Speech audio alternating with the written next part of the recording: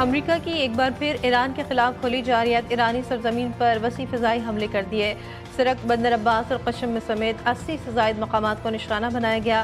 فضائی دفاعی نظام، ساحلی نگرانی کے مراکز، اینٹی شپ کروز میزائل، ڈرون تنصیبات اور پاسداران انقلاب کی بحری کشتیوں پر بمباری۔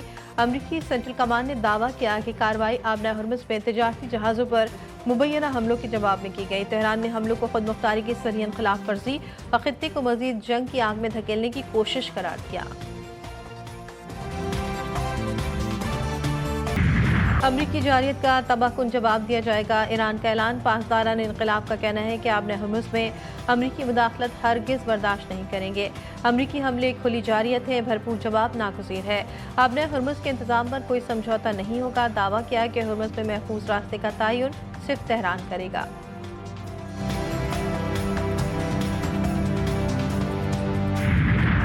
بحرین میں امریکی فوجی تنصیبات کے قریب دھماکوں کی اطلاعات۔ عیسیٰ ایئر بیس اور امریکی ففتھ فلیٹ کے مرکز کے قریب دھماکوں کی آوازیں سنی گئیں۔ ایرانی پاسداران انقلاب نے آبنۂ ہرمز کے قریب امریکی بحری اہداف کو نشانہ بنایا۔ ایک اینٹی شپ میزائل داغے جانے کی بھی اطلاعات۔ شہید آیت اللہ سید علی خامنئی کی نماز جنازہ نجف اشرف میں امام علی کے روضہ مبارک میں ادا کر دی گئی۔ حرم امام علی کے خدام، مذہبی شخصیات، عراقی اور ایرانی حکام سمیت اہم شخصیات کی شرکت۔ عقیدت مندوں نے شہید سپریم لیڈر کو خراج عقیدت پیش کیا۔ پاکستان کی کارگو پرواز K2 بوئنگ 737 کراچی کے قریب سمندر میں لاپتہ۔ عملے کے تمام افراد پاکستانی تھے۔ طیارے میں فنی خرابی کی تصدیق۔ طیارے کو 5 دن پہلے شارجہ بھیجا گیا تھا۔ طیارہ کراچی سے 155 میل مغرب میں رڈار سے غائب ہو گیا۔ طیارے کے گرنے کی شرح 15,000 فٹ، ریکارڈ تلاش جاری۔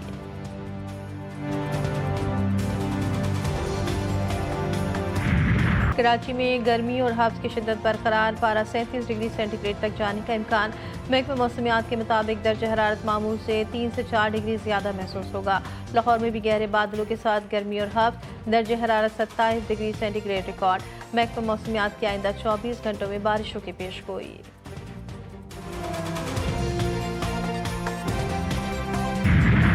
بلوچستان نے 15 خارجیوں کو جہنم واصل کیا۔ سیکیورٹی فورسز اور افواج پاکستان دہشت گردوں کا خاتمہ کر رہی ہیں۔ وہ دن دور نہیں کہ جب ملک سے دہشت گردی کا مکمل خاتمہ ہوگا۔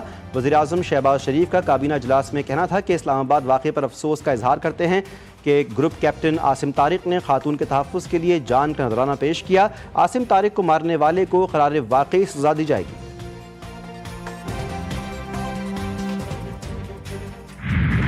بلوچستان کی ضلع زیارت میں دہشت گردوں کا بزدلانہ وار۔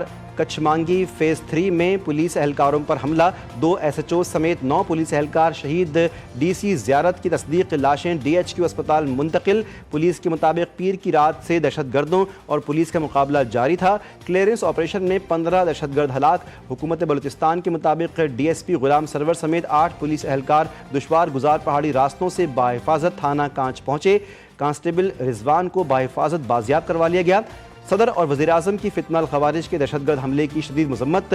صدر مملکت نے کہا کہ بلوچستان میں امن و استحکام کو سبوتاژ کرنے کی ہر سازش ناکام بنائیں گے۔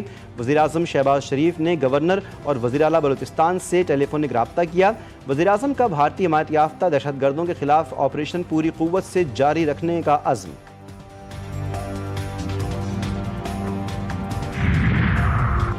معرکہ حق میں بدترین شکست کھانے والا ہمسایہ پاکستان میں دہشت گردی کو سپورٹ فراہم کر رہا ہے، کیونکہ وہ جانتا ہے کہ جنگ میں اسے منہ توڑ جواب ملے گا۔ GTV نیوز کے پروگرام جیف اور غریدہ میں گفتگو کرتے ہوئے وزیر اعظم کے سیاسی مشیر رانا ثناء اللہ نے کہا کہ بلوچستان سے دہشت گردوں کا خاتمہ کر کے مکمل امن قائم کیا جائے گا۔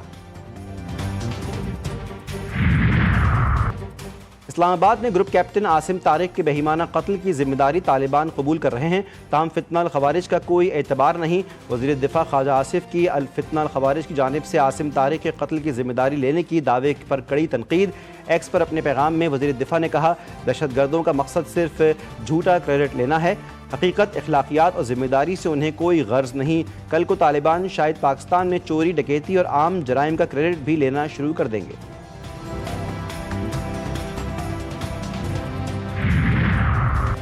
دھمکیاں جاری رہیں تو حتمی معاہدے پر مذاکرات شروع نہیں ہوں گے، اپنے دستخط کی عزت کریں۔ ایرانی وزیر خارجہ عباس عراقچی نے ایکس پر اپنے پیغام میں لکھا، لاکھوں ایرانیوں نے آیت اللہ خامنہئی کو خراج عقیدت پیش کرنے کے لیے جنازے میں اتحاد کا مظاہرہ کیا۔ نہ ہی ایرانی عوام اور نہ ہی ہماری بہادر مسلح افواج کسی بھی دھمکی سے متاثر ہوں گے۔ آبنہ ہرمز میں بحری جہازوں پر حملے، خام تیل کی قیمتوں میں اضافہ۔ عالمی مارکیٹ میں برطانوی خام تیل کی قیمت $73 فی بیرل ہو گئی، امریکی خام تیل کی قیمت بھی $70 فی بیرل ہو گئی۔ UAE مربن $68 فی بیرل پر موجود ہے۔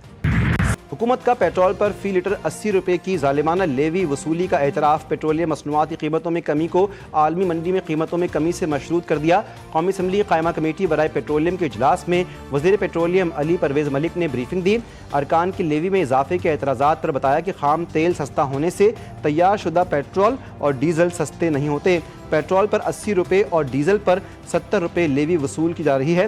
بتایا کہ ایندھن کی قیمتوں کو ڈی ریگولیٹ کرنے جا رہے ہیں۔ قیمتوں میں کمی کے سوال پر کہا کہ عالمی منڈی میں قیمتیں کم ہوئیں تو پورا فائدہ عوام کو منتقل کریں گے۔